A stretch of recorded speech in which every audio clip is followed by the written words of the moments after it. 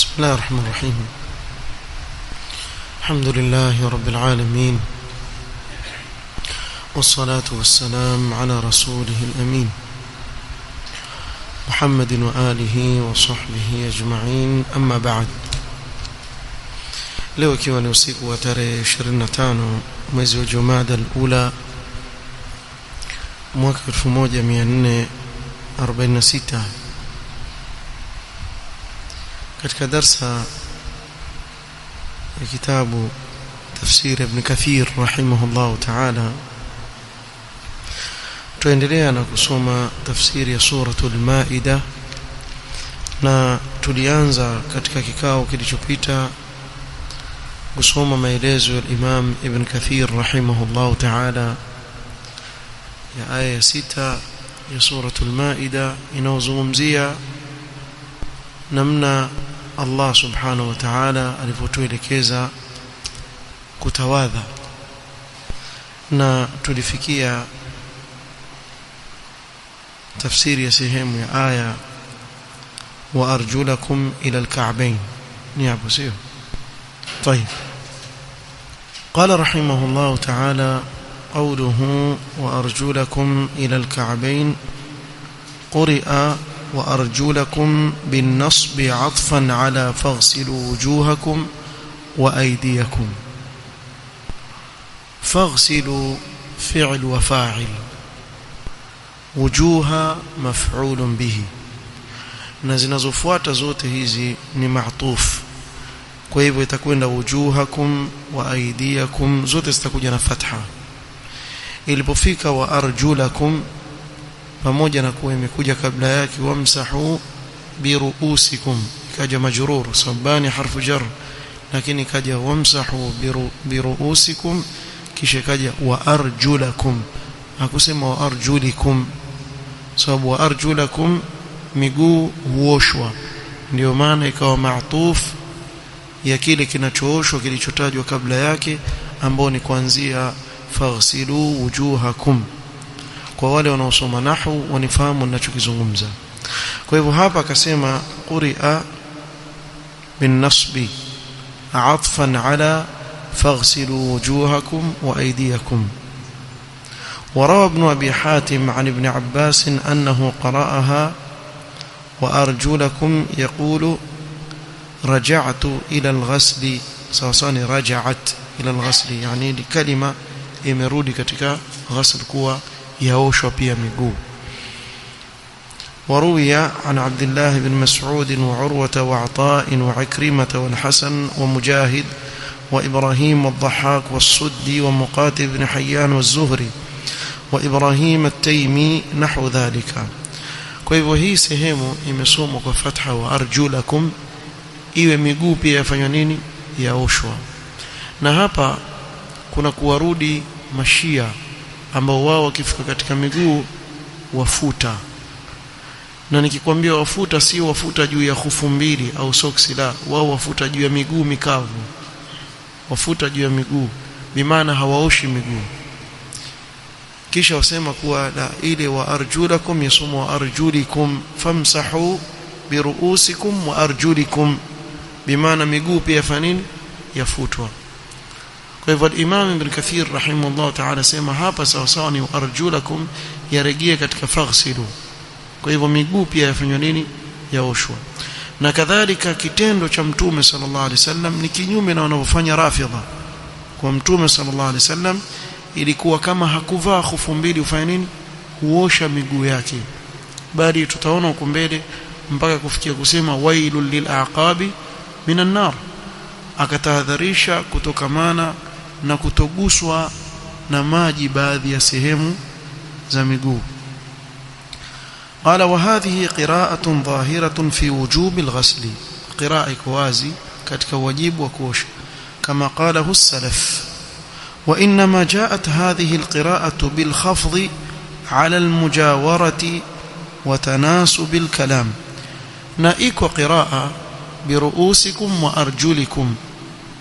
Na hapa katika lugha ya Kiarabu wakati mwingine huja na yajulikana kama almujawara, bimaana kwa sababu iko karibu na majrur na yeye pia itakuwa ni majrur pamoja na kuwa hukumu yake sio majrur. Kwa mfano kama fi qawli al-arab juhru dhabb kharib, juhru dhabb kharib, kharib yarji'u ila al-juhr, sawa sawa ni kuwa juhru dhabb kharibun, lakini ajili al-mujawara kwa sababu iko karibu na kasra ikawa kasra pia, lakini asli yake ilikuwa hiyo ni marfu'.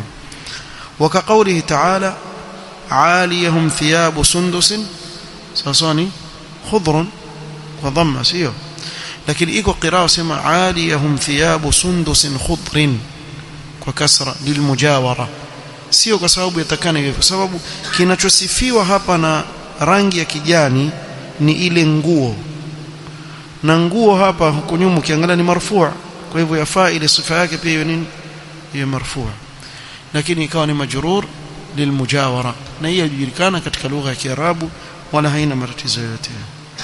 Jurra lilmujawara sababu khudr ni sifa lithiyab, na sawa sawa sifa iwe katika ile haraka ya mausuf, siku zote naat yachukua ile haraka ya man'ut, lakini hapa ikawa majrur للمجاورة.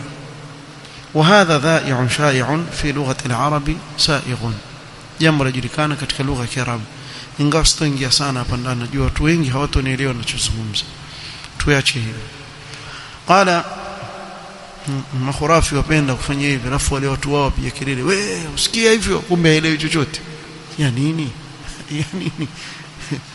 Basi usikia lugha hiyo, wewe waelewa kuzungumzwa nini?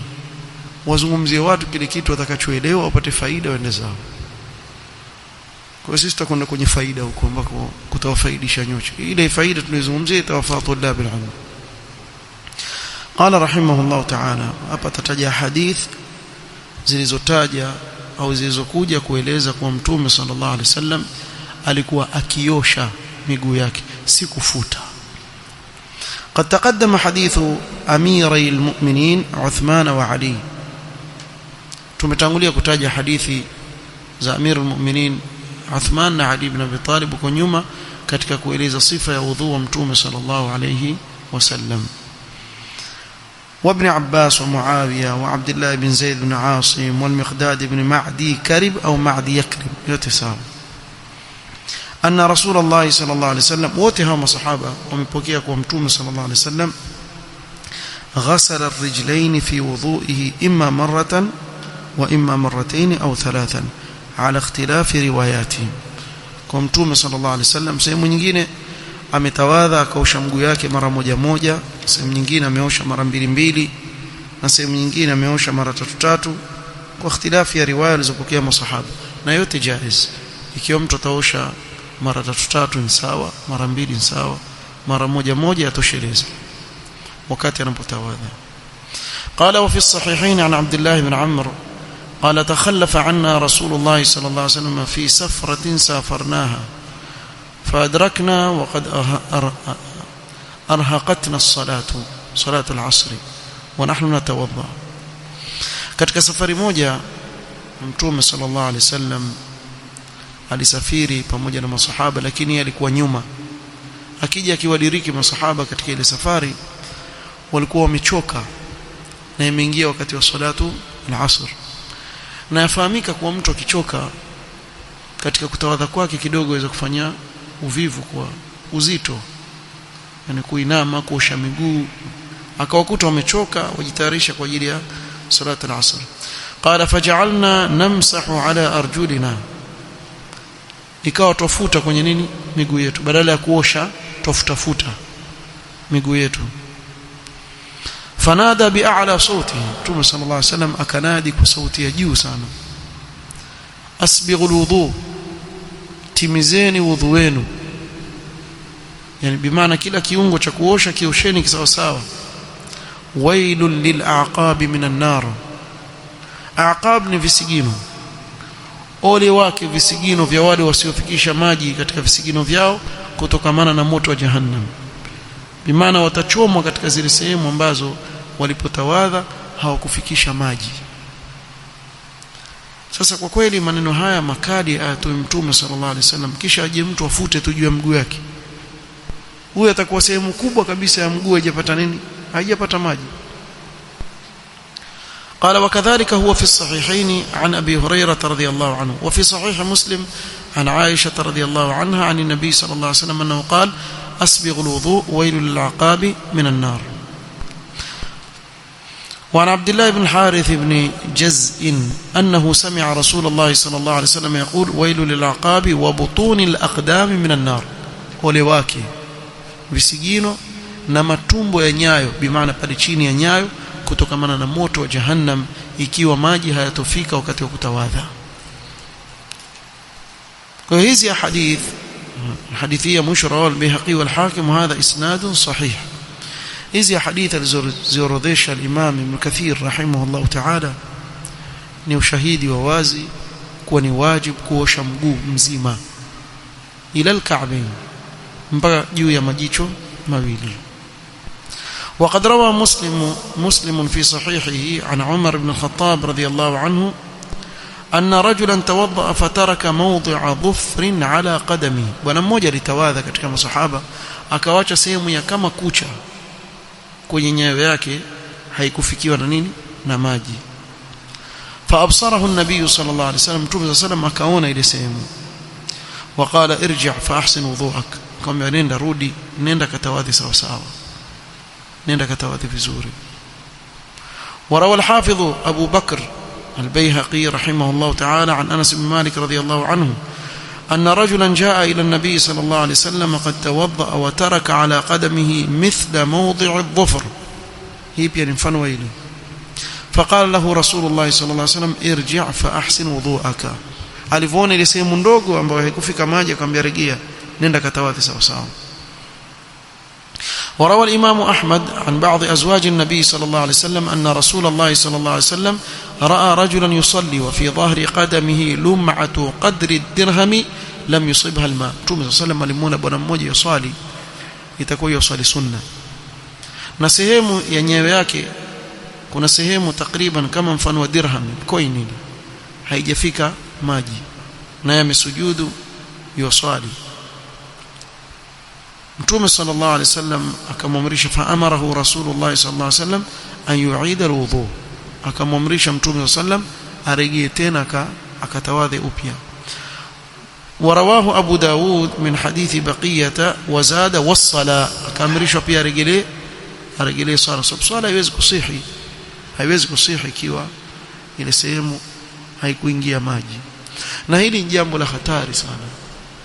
Kwa mtu akikosea katika wudhu, maana yake pia swala yake ina pungufu, yaweza isisihi kabisa, hasa ikiwa ule wudhu wake haukutimia. Kama hivi mfano kuna sehemu hazikufikiwa na maji, kwa mtu asifanye haraka, na wala hili lisipelekee mtu kushikwa na maradhi ya wasiwasi, la, lakini atawadhe wudhu wa sawa sawa, atawadhe wudhu wa sawa sawa, lakini asiwe atatawadha kisha baadhi ya sehemu hazikuingia maji akakimbilia kuswali, swala yake ikabatilika, akabatilisha swala yake na wudhu wake usihi. Na mara nyingi yatokea kwa watu ambao hawataki kusoma wudhu wa Mtume sallallahu alaihi wasallam. Jambo lolote katika dini yetu ni wajibu tulisome kabla ya kulifanya, na hili ni jambo muhimu sana, tulihimiza daima. Usifanye ibada bila ya kuisoma, isome, ukiifanya ndio ifanye sawa sawa. Ukiisoma utaifanya kwa uzuri bila ya kuwa na maradhi ya wasiwasi. Shida yaje pale mtu anapofanya ibada yote bila ya kuisoma, utaharibu. Watu wengine pengine waweza kuharibu miaka yeye wafanye ile ibada hajui kama yuharibu, kisha yaje kugundua baada ya miaka kama 10 ndio swala yake anaoswali, ama mtu ndio udhu wake anaotawadha ndio huo na yuenda na wao miaka. Kwa usikubali kwa hivyo Muislamu, soma ili uondoke katika janga hili. Wallahu almusta'an. قال وهذا إسناد جيد وقوي صحيح والله أعلم. الأمر بالتخليل بين الأصابع, كذلك imekuja amri ya kupitisha maji baina ya vidole vya mkono na mguu, kupitisha maji katikati yake. Hasa kuna baadhi ya watu ambao miguu yao vidole vyao viko karibu sana, kama pashikana hivi, hawa ndio itakuwa ni wajibu zaidi, kwa sababu maji hayawezi kupita kwa kuweka mguu tu hivi, mpaka apitishe kidole chake katikati ya vidole ndio yale maji yafike. وفي حديث حمران عن عثمان في صفة وضوء النبي صلى الله عليه وسلم أنه خلل بين أصابعه. وعثمان alipitisha maji baina ya vidole vyake. وروى أهل السنن عن لقيط بن صابرة قال قلت يا رسول الله أخبرني عن الوضوء، فقال أسبغ الوضوء وخلل بين الأصابع وبالغ في الاستنشاق إلا أن تكون صائما. Mtume sallam akamwambia tawadha wudhu uliotimia, napitisha maji katikati ya vidole vyako, na hivi ni vya mkono na mguu, na ubaligh, yani uvute sana yale maji unapoingiza puani, isipokuwa ukiwa umefunga. Ukiwa umefunga usivute maji katika pua yakaingia katika tumbo lako. المسح على الخفين سنة ثابتة. المسح على الخفين ni sunna iliyothibiti, kufuta juu ya khufu mbili au soksi ni sunna iliyothibiti kutoka kwa Mtume sallallahu alayhi wasallam, ingawa hii ina masharti. Katika masharti wanaotaja wanaovioni ambayo na dalili ni kuwa uwe umevaa zile soksi zako ukiwa katika hali ya nini, ya tahara. Kwa hivyo mwanzo watawadha, kisha ndio wavaa soksi. Sasa ukitangukwa na udhu, ukitaka kutawadha, sasa utaosha kila mahali, ukifika kwenye mguu pale hutoi soksi, utafuta tu juu yake mara moja, kulia na kushoto kwa pamoja, kama unavyofuta masikio kwa pamoja, kwa pamoja mara moja peke yake. Utasukuma vidole vyako kuanzia kwenye vidole wavuta mpaka sehemu ya pale majicho ya miguu pale juu, tosha, mara moja peke yake. Kwa hivyo mwanzo katika hali ya nini, ya tahara, ndio uvae zile khufu zako. Basi katika hali kama hii utaruhusiwa kufuta juu yake. Na hili jambo Mashia Rafidha wamelipinga kabisa, pamoja na kuwa ni jambo mutawatir, limepokelewa na masahaba wengi, mpaka Ali bin Abi Talib radhiyallahu anhu pia amepokelea hadithi katika hili, lakini wao wakataa. Na ndio maana wanaovioni wa sunna hili swala walitaja katika nini, katika vitabu vya aqida. Juzi tumetaja, nafikiri kilopita, katika sharh sunna al-Barbahari akataja kuhusu al-mashu ala al-khuffain, na hili utaliona katika vitabu vingi sana vya aqida ya salaf. Walitaja kwa sababu ya kuwarudi nani, Rafidha, ambao wapinga hii sunna ya Mtume sallallahu alayhi wasallam. روى الإمام أحمد بن حنبل رحمه الله تعالى عن أوس بن أبي أوس قال رأيت رسول الله صلى الله عليه وسلم توضأ ومسح على نعليه. sema nimeona Mtume sallallahu alayhi wasallam akitawadha akafuta juu ya viatu vyake. Viatu vile vikiwa si lazima viwe vya ngozi, buti ukivaa pia waweza kufuta juu yake ukiwa umevaa buti. Ikiwa utaki kufuta kwenye socks utafuta juu ya buti, lakini itabidi utumie ile buti katika kuswali kwako, fahamu? Sababu ukizitoa itakuwa ni kama vile socks umezitoa, mara nyingine itabidi uoshe.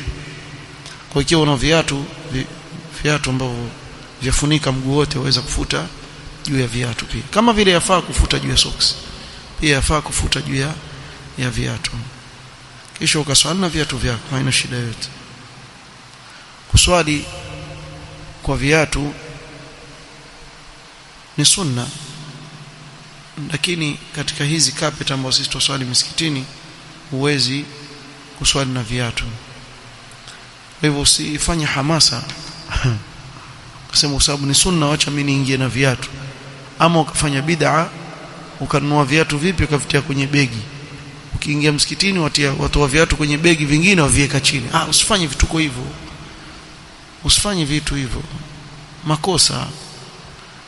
Sasa mtu akamwambia mimi naweza kuswali wapi? Basi kwenye viatu, natamani kuswali na viatu nyumbani kwako inshallah. Ukifika nyumbani swali sunna, vaa hivyo viatu vyako, angalia viko visafi, ingia nyumbani kwako kwenye kapeti yako swali.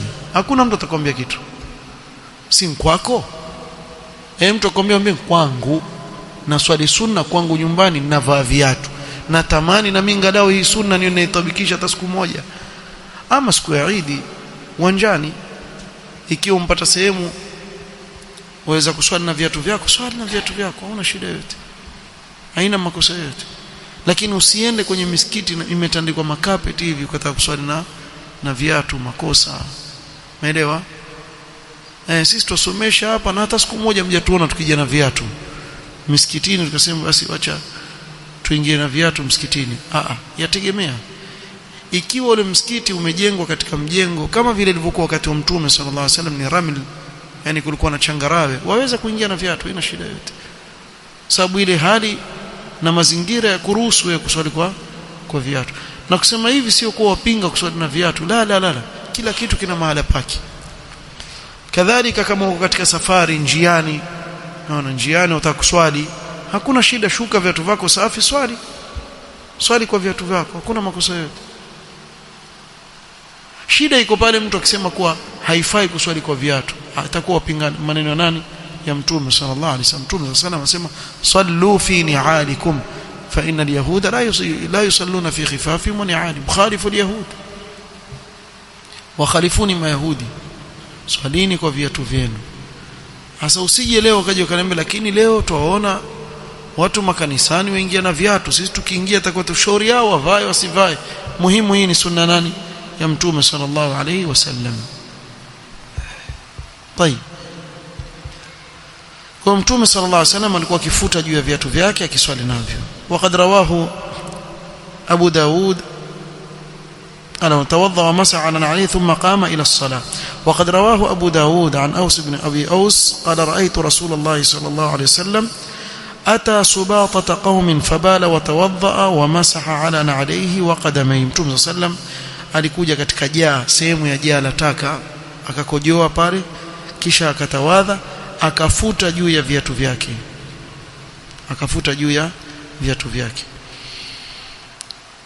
وروى الإمام أحمد عن جرير بن عبد الله البجلي. جرير بن عبد الله البجلي اليمني ni katika masahaba ambao walisilimu kuchelewa baada ya kushuka suratul Maida. Kwa hivyo hadithi aliyopokea Jarir ibn Abdullah al-Bajali mara nyingi hakuna hadithi mansukh, kwa sababu yeye amesilimu baada ya kushuka suratul Maida, na sote tuelewa kuanzia mwanzo suratul Maida ndio sura ambayo salaf walikuwa wakistadili kwa hukumu zake, kwa hakuna hukumu ambayo imefutwa, sababu ndio katika sura za mwisho zilizoshuka za ahkam. Jarir ibn Abdullah al-Bajali radiyallahu anhu ardah qala ana aslamtu ba'da nuzul al-Maida. Yeye mwenyewe asema hivi, mimi nimesilimu baada ya kushuka suratul Maida. Wa ana ra'aytu Rasulullah sallallahu alayhi wasallam yamsahu ba'da ma aslamtu, na mimi nimemwona Mtume sallam akifuta juu ya khufu zake baada ya kusilimu, kumaanisha hili jambo limebakia, hukumu yake imebakia mpaka kuondoka kwa Mtume sallallahu alayhi wasallam. Mmeelewa maana alivyosema aslamtu ba'da nuzul al-Maida? Maana yake hii hukumu haikufutwa, ndio anachokusudia yeye radiyallahu anhu. قال تفرد به أحمد وفي الصحيحين عن همام قال بال جرير ثم توضأ ومسح على خفيه. Jarir ibn Abdullah al-Bajali alikidhi haja yake ndogo kisha akatawadha akafuta juu ya khufu zake. فقيل تفعل هذا, akaambiwa wafanya hivyo. فقال نعم رأيت رسول الله صلى الله عليه وسلم بال ثم توضأ ومسح على خفيه. mimi pia nimeona Mtume sallallahu alayhi wasallam akikidhi haja yake ndogo, akimaliza akatawadha akafuta juu ya khufu mbili. قال الأعمش قال إبراهيم فكان يعجبهم هذا الحديث لأن إسلام جرير كان بعد نزول المائدة. جزاك الله خيرا رفع الله قدرك. Kwa hivyo ikawa hii hadithi yawafurahisha sana. Kwa nini? Kwa sababu Jarir ibn Abdullah al-Bajali radhiyallahu anhu amesilimu baada nini? Baada ya suratul Maida kushuka, kwa kumaanisha hii hukumu imebakia, haijafutwa hukumu. قال لفظ مسلمين لفظ الإمام مسلم وقد ثبت بالتواتر عن رسول الله صلى الله عليه وسلم مشروعية المسح على الخفين قولا منه وفعلا. imethibiti kwa tawatur. Tawatur maana yake ni wengi sana wamepokea hadithi hii kiasi cha kuwa haiwezekani kukubaliana hawa watu wengi katika kusema uongo. Ni wengi sana waliopokea hii hadithi inayozungumzia kufuta juu ya khufu mbili kwa maneno na kadhalika kwa vitendo alayhi salatu wassalam. طيب, مسألة yanayofuata ni masala ya at-tayammum. Swala at-tayammum, kuna kisa hapa tutakaniwasomea inshallah. طيب. قال رحمه الله تعالى: وقوله تعالى: وإن كنتم مرضى أو على سفر أو جاء أحد منكم من الغائط أو لمستم النساء فلم تجدوا ماء فتيمموا صعيدا طيبا فامسحوا بوجوهكم وأيديكم منه. قال: كل ذلك قد تقدم الكلام عليه في تفسير آية النساء. yote haya tumetangulia kuyazungumzia kule tulipokuwa tusoma tafsiri ya sura an-Nisa, na pia tumesoma aya zinazozungumzia tayammum, tukaeleza namna ya kutayammum na wengineo. وقد ذكرنا سبب نزول آية التيمم هناك, na kule nasema hapa: فلا حاجة بنا إلى إعادته لئلا يطول الكلام. hakuna haja hapa kurejelea tena, maneno yatakuwa marefu, utarejelea kule katika aya tayammum katika sura an-Nisa. قال: وقد ذكرنا سبب نزول آية التيمم هناك, na kule tumetaja sababu ya kushuka aya ya tayammum. لكن البخاري رواها هنا حديثا خاصا بهذه الآية الكريمة, lakini hapa Imam al-Bukhari amepokea hadithi khasa inayozungumzia sababu ya kushuka hii aya tukufu. فقد روى عن عائشة قالت: سقطت قلادة لي بالبيداء ونحن داخلون المدينة. katika mojawapo wa safari ya Mtume sallallahu alaihi wasallam, na safari zote za Mtume sallallahu alaihi wasallam baada ya kupewa utume zilikuwa ni katika jihad fi sabilillah. hakuna safari ya biashara aliyofanya Mtume sallallahu alaihi wasallam baada ya kupewa utume. Safari ya biashara ni kabla ya kupewa utume, nafikiri mwafahamu hivyo katika sira. Lakini safari zote alizosafiri Mtume sallallahu alaihi wasallam baada ya kupewa utume ni safari katika njia ya Allah subhanahu wa ta'ala. Kwa hivyo ukisikia sahaba yote asema kunna fi safarin, maana msana jua kuwa walikuwa katika jihad fi sabilillah. Vile vita alivyokuwa akipigana Mtume sallallahu alaihi wasallam dhidi al-kuffar, zile ndio zilikuwa safari zake Mtume sallallahu alaihi wa ala alihi wasallam. Wakafika katika sehemu ya jangwa hivi na ardhi kabla ya kuingia Madina. Aisha radhiallahu anha akapoteza mkufu, faanakha Rasulullah sallallahu alaihi wasallam wanazala, na alikuwa Mtume sallallahu alaihi wasallam akikaribia Madina haingii moja kwa moja, mwanzo akaa nje yake ili habari zifike Madina kuwa iwaja.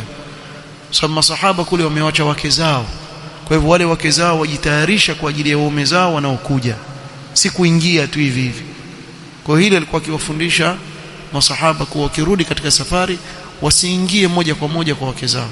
Ingawa sasa hivi hili jambo halina haja. Kwa nini? Kwa sababu kuna mawasiliano, yani wasiliana nyumbani, waambia kuwa mimi naja siku fulani tarehe fulani, mpaka wakati wajua.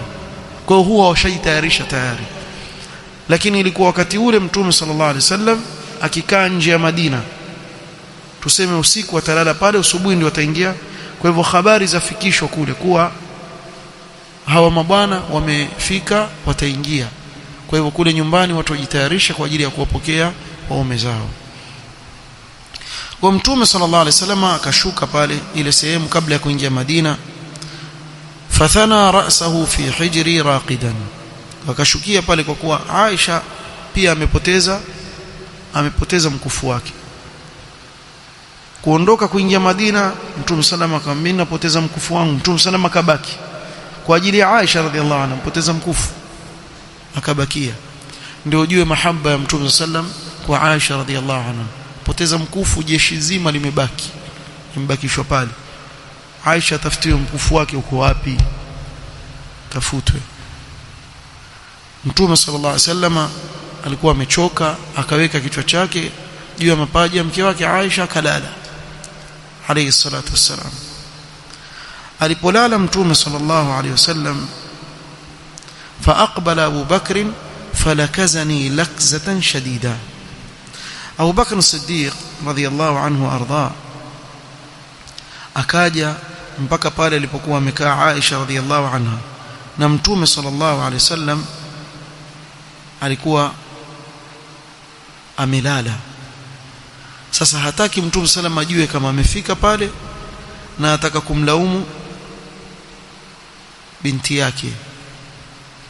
Wamesimama katika sehemu inayojulikana al-Bayda au Dhat al-Jaysh, na ni sehemu ambayo iko katika baada ya Dhul Hulaifa baina Makkah na Madina, na Dhul Hulaifa haiko mbali na Madina. Kwa wamebaki katika sehemu kama ile, mkufu hauonekani. Mtume sallallahu alaihi wasallam ameamrisha jeshi libaki pale, na Aisha radhiallahu anha yuko pale. Mtume sallallahu amelala na hakuna maji, bimaana ikiingia wakati wa swala hawana maji ya nini, ya kutawadha. Yale maji yaliyoko waliyobeba ni maji ya kunywa peke yake. Kwa hiyo watu wakaenda kwa masahaba, wakaenda kwa Abubakar Siddiq kabla yeye kwenda kwa Aisha, wakamlalamikia Abubakar Siddiq, angalia mtoto wako alivyotufanya yote yeye. Aisha bwana poteza mkufu wake, sote tumbakishwa hapa yeye. No. Sasa hili jambo wewe fikiria uko wewe sasa, wanaambiwa yote binti yako ndio tuletea balaa zote. Sasa tumbakishwa hapa. Abubakar Siddiq radhiyallahu anhu arda, hili jambo likamkera sana, akaenda kumfuata Aisha. Alipofika akamkuta Mtume sallallahu alaihi wasallam amelala juu ya mapaja ya Aisha radhiallahu anha, na yeye yuko macho. Na hii inaonyesha kuwa Mtume sallallahu alaihi wasallam pamoja na kuwa kulikuwa hakuna maji, lakini alikuwa na utulivu sana. Si kuwa hakuna maji sasa itakuwaje, antulia mpaka nlala, hata habari yana kwenda kalala jipumzisha. Na watu huko wamshtakia nani? Abubakar Siddiq, wana wasiwasi hakuna maji. Kwa Mtume sallallahu alayhi baridi kabisa, amelala, ajua kile ambacho Allah yakitaka atakipanga tu, hatuwezi kukizuia. Kwa hivyo akalala Mtume sallallahu. Abubakar Siddiq radhiyallahu anhu akaja mpaka katika ile sehemu alikuwa amekaa Aisha, sema falakazani lakzatan shadida, akawa yuamdunga Aisha radhiyallahu anha kwa kidole chake kwenye kiuno, kwa karibu na kiuno, amdunga binti yake, amwambia waona wewe yote ni wewe umbakisha watu hapa. Lakini amwambia kwa sauti ya chini asisikie nani? Mtume sallallahu alaihi wasallam. Aisha radhiyallahu anha asikia maumivu ya kudungwa pale mpaka atamani kifo, lakini hawezi kufanya kitu kwa sababu Mtume sallallahu alaihi wasallam amelala. Ndio hapa asema waqala habasti an-nasa fi qiladatin, wawazuia watu wote kwa sababu mkufu wako bwana, na mkufu wenyewe pengine si wa dhahabu si chochote bwana, tuweka watu wote hapa bwana. Qala fatamannaytu al-maut limakani rasulillahi sallallahu alaihi wasallam minni, nikatamani kufa, basi Mtume sallallahu yuko juu ya mapaja yangu, sikuweza kufanya chochote, nikamzuia hivyo hivyo, nikavumilia tu vile ninavyodungwa na baba yangu. Kwa hivyo Mtume sallallahu alaihi wasallam akalala, na Aisha sema waqad auja'ani, babangu aniumiza huku lakini mimi nasubiri. Thumma inna an-nabiy sallallahu alaihi wasallam istayqadha, kisha Mtume sallallahu alaihi wasallam akaamka. Wa hadarat as-subh, na alfajiri hiyo ikaingia. Sasa alfajiri ishaingia, kuitakana watu wafanye nini? Waswali. Taswali vipi? Hakuna maji. Faltumisa alma'u falam yujad, wakatafuta maji wasipati. Fanazalat ya ayyuhalladhina amanu idha qumtum ila as-salati faghsilu wujuhakum ila akhir al-aya. Na hapa ikashuka hukumu ya nini? Ya tayammum. Kwa hukumu ya tayammum ikashuka, na mpaka namna ya kutayammum pia ikazungumzwa, famsahu biwujuhikum wa aydikum, wakaamrishwa namna ya kufutwa katika tayammum. Usaid ibn Hudayr radhiyallahu anhu alipoona hili jambo akasema laqad barakallahu linnasi fikum ya ala Abi Bakr, Allah subhanahu wa ta'ala amewabariki waislamu kwa nyumba yenu enyi watu wa Abu Bakar. Yani ni neema ngapi waislamu wamezipata kupitia nyumba yenu enyi watu wa Abu Bakar. Ma antum illa barakatun lahum, hamkuwa nyinyi katika familia yenu ya Abu Bakr Siddiq isipokuwa ni baraka kwa waislamu. Hii familia yenu ni baraka kwa waislamu. Na hapa akasema ma hiya bi awwali barakatikum ya ala Abi Bakr fa inna barakatikum kathira wa hadhihi ihdaha. ni kama baraka zenu ni nyingi Allah amewajalia, na hii ni mojawapo. Na hapa huenda pia akusudia hadithatul ifk, pale aliposingiziwa Aisha radhiallahu anha, ikashuka Qur'an kwa ajili ya Aisha radhiallahu anha, kutetewa Aisha radhiallahu anha. Allah subhanahu wa ta'ala katam innal ladhina ja'u bil ifki usbatun minkum la tahsabuhu sharran lakum bal huwa khairun lakum, akateremsha aya kumtetea Aisha radhiallahu anha. Subhanallah, na hizi aya zilizoteremka mpaka leo mashia wanaungana na Abdullah ibn Ubay bin Salul, mpaka leo ule uongo ule ule unaozungumzwa kule wao wauendeleza, na aya ziko wazi suratul Nur. Mimi sijui kama wale suratul Nur waamini ni sura katika Qur'an ama sura katika Qur'an, ama waona ni kisa gani kile qisatul ifki kile innal ladhina ja'u bil ifki usbatun minkum, ni kisa gani kinachokusudiwa pale? Kwa hizi aya zilizoshuka zote za kumtetea Aisha radhiallahu anha kwa mashia hazina uzito wowote kwao. Wao wameng'ang'ana na kauli ya nani?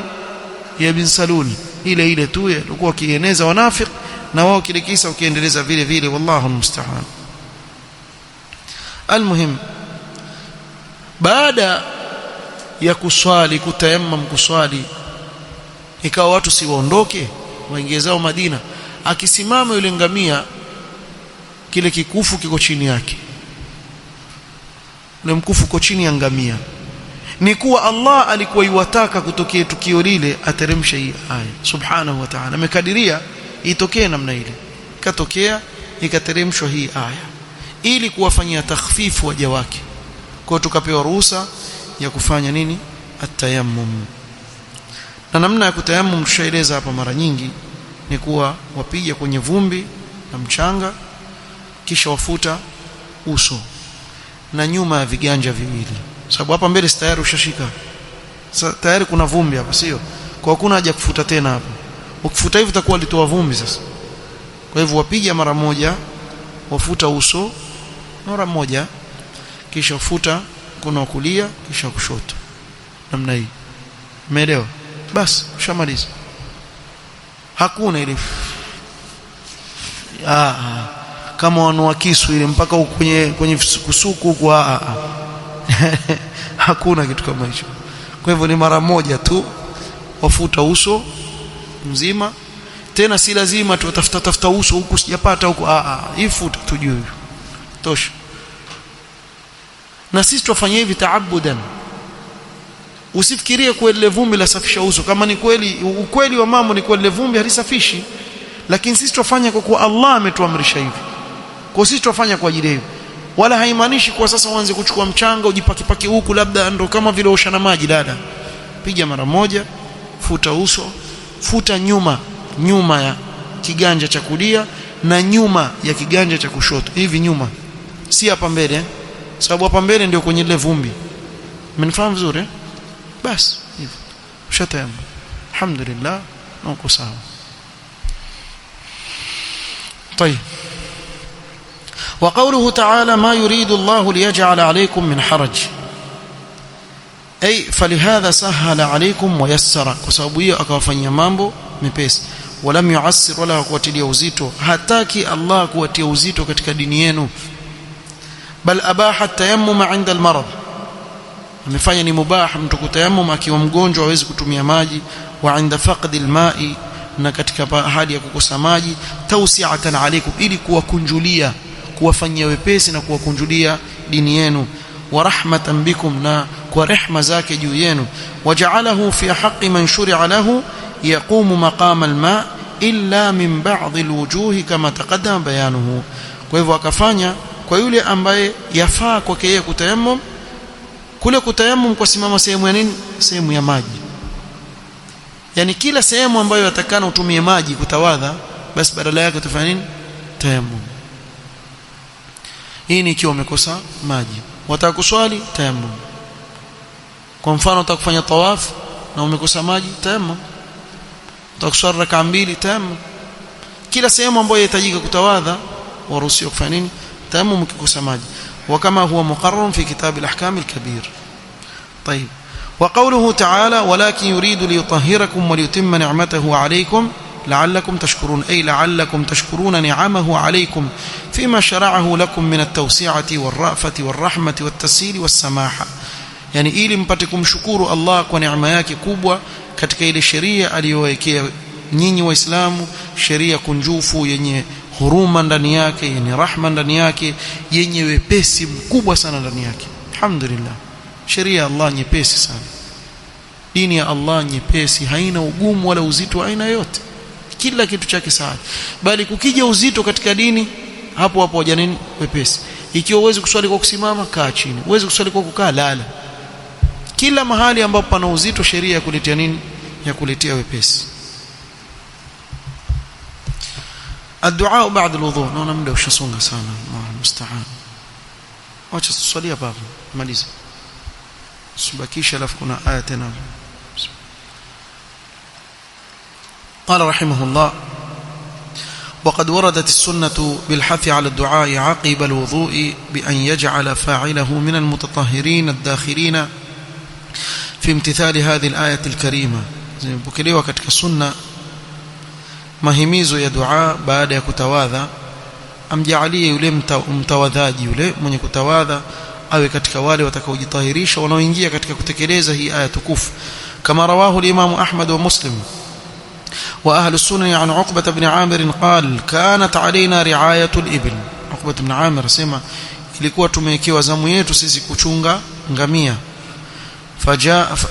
Fajaat naubati farawahtuha bi'ashiyin, ikaja zamu yangu mimi kuchunga ngamia, nikaenda nao malishoni, nikarudi nao jioni. Faadraktu Rasulullah sallallahu alayhi wasallam qa'iman yuhaddithu an-nas, nikirudi namkuta mtume sallallahu alayhi wasallam amesimama au hadithia watu, maana masahaba wamsikiliza pale azungumza, awafundisha masahaba.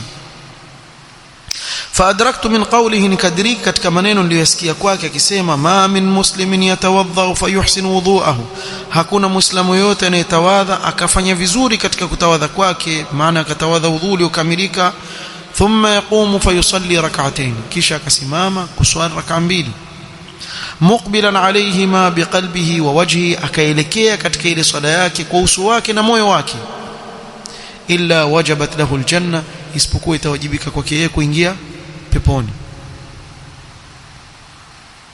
Aliposikia maneno qala qultu ma ajwada hadha, kwa ile furaha akasema, maneno matamu yalioje, maneno mazuri yalioje haya.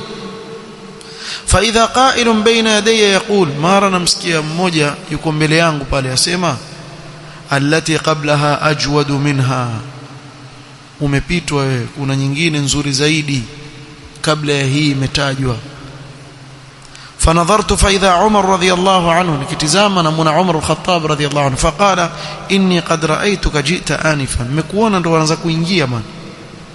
Qala ma minkum min ahadin yatawaddau fayublighu ay fayusbighu al-wudu'a, akamwambia ile hadithi Mtume sallama ametaja hadithi hapa, hakuna yeyote kati yenu nyinyi atakayetawadha akafanya vizuri kabisa katika kutawadha kwake, maana katimiza udhu wake, yaqulu, kisha akasema, ashhadu an la ilaha illa Allah wa anna Muhammadan abduhu wa rasuluhu, akatoa shahada, ashhadu an la ilaha illa Allah wa anna Muhammadan abduhu wa rasuluhu. Sahali sana, sio? Illa futihat lahu abwabul jannati thamaniya yadkhulu min ayyiha shaa, akisema haya maneno atafunguliwa milango yote 8 ya pepo, aingie na ule mlango anaotaka yeye. Maneno sahali sana, usiwache baada ya kutawadha kuyasema. Hakuna mtu yashindwa maneno sahali, ashhadu an la ilaha illa Allah wa anna Muhammadan abduhu wa rasuluhu. Bas sema hayo, wafunguliwa milango ya pepo 8, uingie kwa ule unaotaka. قال روى مالك عن أبي هريرة أن رسول الله صلى الله عليه وسلم قال إذا توضأ العبد المسلم أو المؤمن فغسل وجهه خرج من وجهه كل خطيئة نظر إليها بعينيه مع الماء أو مع آخر قطر الماء. Mtume صلى الله عليه وسلم katika kutaja fadhila za udhu wasema, anapotawadha mja muislamu au mu'min akaosha uso wake, basi hutoka katika uso wake kila madhambi aliyotizama kwa macho yake kila anapoosha na yale maji, au yatoka pamoja na yale matone ya mwisho ya maji. فإذا غسل يديه خرج من يديه كل خطيئة بطشتها يداه مع الماء au ma'a akhir qatr alma akiosha mikono yake kila kosa ambalo au dhambi ambayo mkono wake ulinyosha kufanya yafutwa na yaondoka katika mikono yake na yale maji au na matone ya mwisho ya maji. فإذا غسل رجليه خرجت كل خطيئة مشتها رجلاه مع الماء أو مع آخر قطر الماء نكذلك mguu hivyo hivyo hatta yakhruja naqiyan min adh-dhunub akimaliza kutawadha atoka akiwa ni msafi kabisa kutokamana na madhambi. Na hii yalingana na ile hadithi Mtume sallallahu alaihi wasallam alipouliza masahaba ara'aytum law anna nahran yamurru bibabi ahadikum yaghtasilu fihi kulla yawmin 5 marrat ayabqa min daranihi shay. Hebu nipeni habari, kwa mfano mtu ana mto unaopita katika mlango wa nyumba yake kila siku aoga mara 5. Je, atabakia na uchafu wote katika mwili wake? Masahaba akamwambia la ya Rasulullah. Akamwambia hivyo hivyo udhu anaotawadha mtu kwa ajili ya swala yake humsafisha kutokamana na madhambi yake mpaka asibakie na chochote katika madhambi. Hii ni katika fadhila kubwa ya udhu. قال وروى مسلم في صحيحه عن أبي مالك الأشعري أن رسول الله صلى الله عليه وسلم قال الطهور شطر الإيمان طهارة نص يا إيمان. إيمان هapa baadhi ya wanavyuoni wasema ni swala wama kana Allah liyudhi'a imanakum yani nusu ya swala bimaana bila kujitairisha swala yako haisihi. walhamdulillah tamla'u almizan alhamdulillah yajaza mizani ya mja siku ya kiyama. wa subhanallah wallahu akbar tamla ma baina as-samai wal ard na subhanallah na Allahu akbar hujaza thawabu yake na malipo yake baina ya mbingu na ardhi. Yani mtu akitamka subhanallah wallahu akbar thawabu yake yajaza mbingu na ardhi. wasawmu junna na somu ni kinga kutokana na maasi, ni kinga kutokana na mambo mengi sana. wasabru dhiya subra ni mwangaza. wasadaqatu burhan na sadaqa ni alama ya kuonyesha ukweli wa imani ya mja. walqur'anu hujjatan laka au alayka na Qur'an ni hujja itakayokutetea siku ya kiyama au dhidi yako. kullu nasi yaghdu faba'i'u nafsahu famu'tiquha au mubiquha kila mmoja akitoka asubuhi nafsi yake imma ayuza kwa Allah subhanahu wa ta'ala akaiwachilia huru na moto ama aiangamiza kwa kuiuza kwa shetani akafanya maasi ikawa ni sababu ya kuiangamiza. وفي صحيح مسلم عن ابن عمر قال قال رسول الله صلى الله عليه وسلم لا يقبل الله صدقة من غلول الله haikubali sadaka kwa mjipaji mwizi aliyeiba katika ngawira zile ghanima za vita akaiba kisha akatoa sadaka. Allah haikubali sadaka hiyo. inna Allah tayyibun la yaqbalu illa tayyiban. Allah ni mzuri hakubali isipokuwa kizuri cha halali. wala salatan bighairi tuhur wala haikubali swala bila nini, bila ya kujitahirisha. Lazima ujitahirishe ndio sala yako ikubaliwe. Nikusudia kumaliza hapo ili insha Allah taala juma lijalo tuanze wadhkuru ni'matallahi alaykum wa mithaqahu alladhi wathaqakum bihi idh qultum sami'na wa ata'na wattaqullaha inna Allaha alimun bidhati as-sudur mpaka aya 11. hizo tutakuja kusoma insha Allah katika kikao kitakachokuja. Naktafi bihadha alqadr wallahu ta'ala a'lam. subhanakallahumma wa bihamdika ashhadu an la ilaha illa anta astaghfiruka wa atubu ilaik. barakallahu fik.